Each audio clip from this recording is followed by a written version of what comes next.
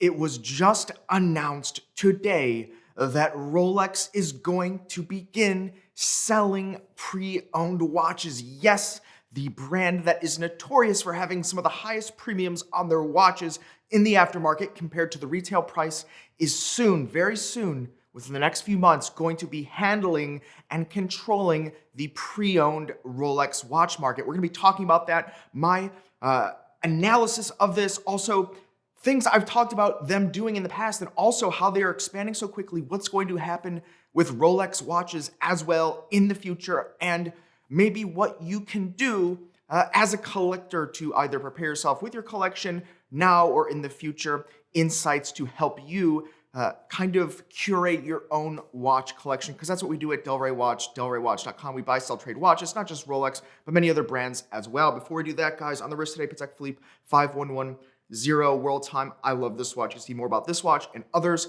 that I do wear on my Instagram, The Real John P. So Rolex just announced today that they're going to be offering a certified Rolex watch program, though only through their authorized dealers. This is going to begin starting in December in parts of Europe through Bucherer, one of their largest retailers of Rolex watches and many other watches for that matter. And they also happen to own Tourneau, which has been rebranded in the US as Bucherer. They're going to be starting that, and they're going to be rolling it out to the rest of the world, notably the United States, in spring of 2023. Now, there'll be a link in the description below where you can see one of the articles that talk about this and some statements from the company. But essentially what's going to happen is it's going to work a lot like an auto dealership where there is a certification program, and the watches will go through some certification program to meet the requirements, and they'll come with a certificate or a hang tag potentially that will certify that Rolex watch as having gone through a certain level of standard of checks for authenticity and servicing, so on and so forth. So this is going to be happening, and in the coming months, I'm sure we'll find out a lot more information, especially as they roll it out into Europe and test it in that market in their Bucherer stores. Now, what is this actually going to mean for the gray market or people that collect watches? Well, I think it's very important to mention that Rolex has it's more than rumored, but there has been information to come out recently within the last few weeks that shows that Rolex is going to be building an additional manufacturing facility and really pumping up the number of units of watches that they produce per year. And it makes sense because the watches, for the most part, are still in pretty high demand, even if maybe they're more readily available today compared to certain parts in the last few years, just because of economic reasons. Some models you can really scrape by and manage to get at retail if you try very hard, depending where you are in the world. That being said, Rolex is bumping up the number of units from 1 million to who knows how many, however many I suppose they could churn out, or they think they can, in their new factory, their new manufacturing facility. Now, when they do this and they increase the supply, in theory, the secondhand market should fall in price. Now, what will Rolex do, or what could they do to try to curb that, try to mitigate that risk and stop the prices from falling so quickly and leaving a further bad taste in many collectors and people's mouths of, hey, this went up, this went down, what's the brand doing? Well, what they're going to do is they're going to control the pricing of the watches through the authorized dealers, right? And today, many, if not most, authorized dealers do trade in pre-owned to an extent, especially other brands outside of Rolex.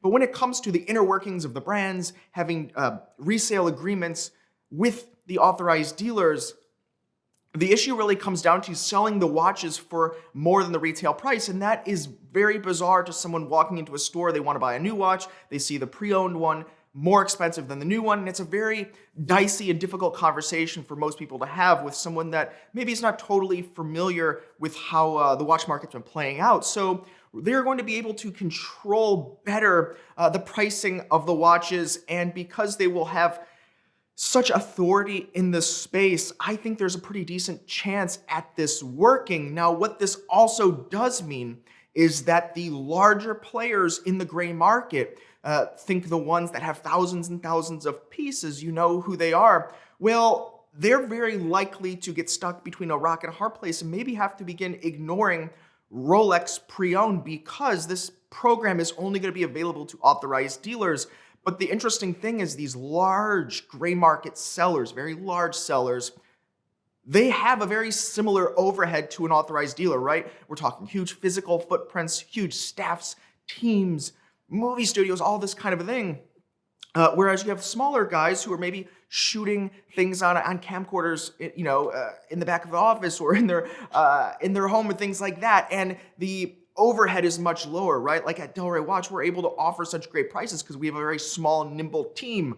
We have one watchmaker, not 15 watchmakers. We don't bite off more than we think is appropriate, and we limit the overhead on that level. And so because of that, we can offer better pricing. And so when you have the authorized dealers, now the authorized dealers are going to be really forced to compete on price with the big box pre-owned shops. And that's going to shake up the market, in my opinion, a ton, because it's going to kind of form this rift where, hey, why would you pay a premium on the watch from dealer XYZ with all this overhead when you can just buy it certified Rolex for the same price?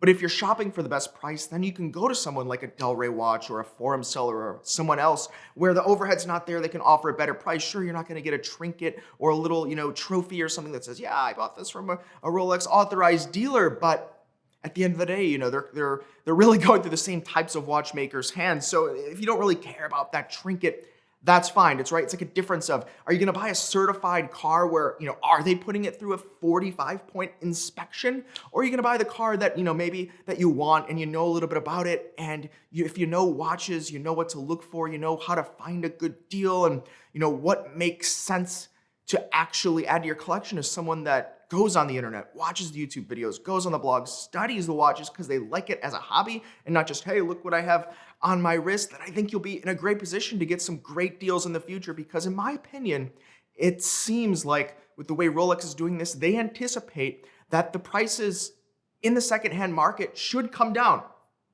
They're investing in more manufacturing capabilities.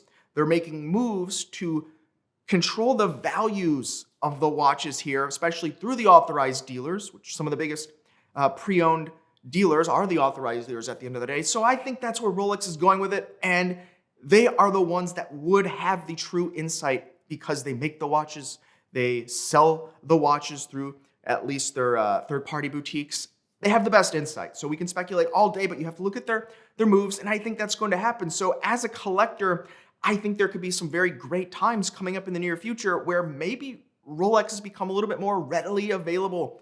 Maybe not the Rolex Daytona, but perhaps the Submariner, perhaps the GMT Master. And I think that's exciting because, as we know, and many of you will chime in the comments below, some longtime collectors, especially Rolex brand loyalists and enthusiasts, do feel that they've been kind of cast aside in favor of a more casual, less interested in the horology behind it market because it was low-hanging fruit and easier to sell the watches to, perhaps. That's my opinion, but I'd love to see it and hear it in the comments below. Please do not forget to thumbs up, like, and subscribe. I appreciate it. Do not forget to check out DelrayWatch.com, where we have so many watch brands. Certainly not just Rolex. In fact, I don't think we really have very many Rolex currently at all, but we have so many enthusiast brands, great value brands that we love and enjoy ourselves. So check it out, DelrayWatch.com. We'll see you next time.